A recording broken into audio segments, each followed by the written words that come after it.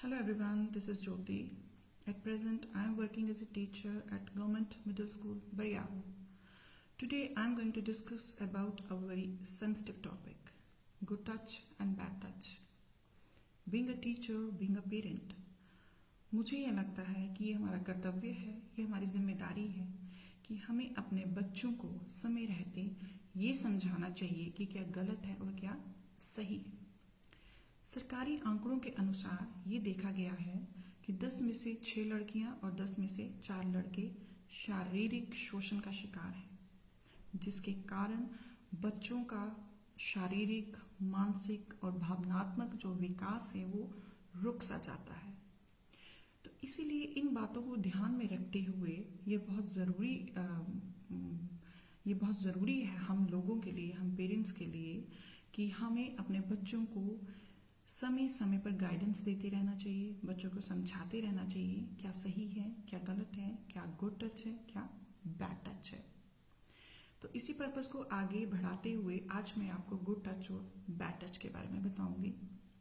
और मैं चाहूंगी कि जो लोग इस वीडियो को देख रहे हैं ये वीडियो अपने बच्चों को ज़रूर दिखाएं, क्योंकि अगर हम छोटे बच्चों की बात करते हैं 3 साल से 9 साल के बच्चे तक की, तो ये बच्चे काफ़ी छोटे हैं। अगर इनके साथ कभी कोई किसी तरह का शारीरिक शोषण या कुछ गलत भी होता है तो ये बच्चे हमें नहीं बता पाते हैं और ना ही हम इनको समझ पाते हैं। तो इस वीडियो के माध्यम से मैंने इन बच्चों को कुछ समझाने की कोशिश की है। तो लेकिन सबसे पहले बात आ जाती है कि how do we come to know that this touch is good and this touch is bad. तो सबसे पहले मैं आपको गुड टच के बारे में बताऊंगी। तो बच्चों, अगर बच्चे ये देख रहे हैं तो बच्चों को ध्यान से सुनना है। अगर आपके parents, your mother, father, grand parents, अगर वो आपको हक करते हैं, किस करते हैं, तो उस समय आप बहुत खुश महसूस करते हो। इसी तरह से स्कूल में जब आप अपने फ्रेंड्स के साथ खेलते हो, एक दूसरे को अगर टच भी करते हो तो उस समय भी आप काफी कंफर्टेबल फील करते हो। तो इस तरह की जो फीलिंग है वो गुड टच है। और हमें अपने पेरेंट्स, अपने ग्रैंड पेरेंट्स और अपने कुछ भरोसेमंद जो दोस्त हैं उनके सिवाय किसी को भी परमिशन नहीं देनी चाहिए अपने आप को छूने की। इसी तरह से मैं बैड टच की बात करूंगी। ऐसी फीलिंग कि जिससे बच्चा अनकंफर्टेबल महसूस करे, स्केयर्ड महसूस करे, शाई महसूस करे, तो ऐसे एहसास को, ऐसी फीलिंग को हम बैड टच कहेंगे। एक और बात मैं आप छोटे बच्चों को बताना चाहूंगी कि हमारी जो बॉडी है इसमें कुछ डेंजर जोन्स हैं, जैसे lips, chest, private parts, buttocks. अगर आप बच्चों के इन प्राइवेट पार्ट्स को कोई भी टच करता है तो ये बैड टच में आता है। तो इसलिए no one is allowed to touch these body parts. और अगर कोई इनको टच करता है इंटेंशनली तो ये बैड टच में आता है। तो इस चीज को आप बच्चों को समझना है और पेरेंट्स को भी अपने बच्चों को इन बातों को समझाना है। आगे मैं बात करूंगी कि इन केस अगर बच्चों के साथ ऐसा कुछ गलत होता है तो ऐसी सिचुएशन में बच्चों को क्या करना है। तो सबसे पहले अगर कोई इंटेंशनली आपको टच करता है तो आपको वहां से भाग जाना है। और सेकेंडली आपको शाउट करना है। और इसके बाद आपको जो आपका सेफ सर्कल है, जैसे आपके पेरेंट्स हैं, आपके फ्रेंड्स हैं, उनके साथ आपको ये शेयर करना चाहिए। इसी के साथ पेरेंट्स के लिए भी कुछ बातें हैं कि इन केस अगर कुछ ऐसा आपके बच्चों के साथ अगर होता है तो आपको बच्चों की बात को ध्यान से सुनना है। बच्चों का ये जो एक विश्वास है उसको आपने काफी बना के रखना है कि ओपनली वो आपसे किसी भी तरह की कोई भी बात कर सके। लेकिन पेरेंट्स के लिए भी एक बात बहुत जरूरी हो जाती है कि अपने बच्चों को समझाएं।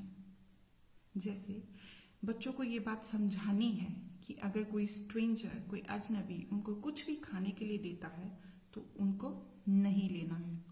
अगर कोई अजनबी, कोई स्ट्रेंजर अगर आपके बच्चे को कहीं अपने साथ जाने के लिए कहता है, ले जाने के लिए कहता है, तो बच्चे को समझाना है कि स्ट्रेंजर्स के साथ कभी भी कहीं पे नहीं जाना है। इसी के साथ अगर कोई आपको फोर्सिबली, अगर कोई आपको हक करने की कोशिश करता है तो आपको उनको मना करना है। इसके साथ पेरेंट्स के लिए एक बहुत ज़रूरी बात है कि अपने बच्चों को अपने घर का जो एड्रेस है वो ज़रूर लर्न करवाएं। इसके साथ साथ जो आपका फ़ोन नंबर है फादर मदर वो भी बच्चे को आना चाहिए, कि ताकि ज़रूरत पड़ने पर अगर कुछ ऐसा हो जाता है तो बच्चा अपने पेरेंट्स को कॉल कर सके। और सबसे एक जो इम्पॉर्टेंट बात आ जाती है ट्रस्ट की। पेरेंट्स को अपने बच्चों पर पूरा भरोसा होना चाहिए। अगर भरोसा होगा तो ही बच्चा अपनी बात अपने पेरेंट्स के साथ शेयर करेगा, क्योंकि अगर कल को आपके बच्चे के साथ कुछ भी गलत होता है तो इसके लिए वो बच्चा रिस्पॉन्सिबल नहीं है, वी पीपल आर रिस्पॉन्सिबल, क्योंकि हमने अपने बच्चे को सही और गलत के बारे में कभी समझाया ही नहीं। तो मैं ये कहना चाहूँगी, आप इसको मैं रिक्वेस्ट नहीं करूँगी, ये मेरी आपसे अपील है कि इन केस अगर किसी बच्चे के साथ अपने घर में, स्कूल में या पड़ोस में कुछ अगर ऐसा हो जाता है तो हमें इस चीज़ को सामने लेके आना है। हमें इसकी पुलिस स्टेशन में कंप्लेन करनी चाहिए, ना कि हमें चुप करके बैठना चाहिए। आज भी सोसाइटी में ये देखा गया है कि अगर कुछ भी हमारे साथ या बच्चों में कुछ गलत हो जाता है तो हम उसको इज्जत के साथ जोड़ देते हैं, कि अगर हम अपनी बात बाहर तक लेके जाएंगे तो हमारी इज्जत पे बात आ जाएगी, तो ये गलत है। अगर हम आज भी ऐसी सोच लेके जाएंगे तो इन बच्चों का, ये जो फ्यूचर जनरेशन है, इसका कभी भी संपूर्ण विकास नहीं हो पाएगा। तो ये मेरी आपसे अपील है कि in case if it happens, अगर ऐसा होता है तो ज़रूर पुलिस स्टेशन जाइए, कंप्लेन कीजिए। और मैं ये कहना चाहूँगी, जागरूक रहिए, जागरूक करिए, बिकॉज अवेयरनेस इज पावर, और जो बच्चों की सुरक्षा है वो हमारी जिम्मेदारी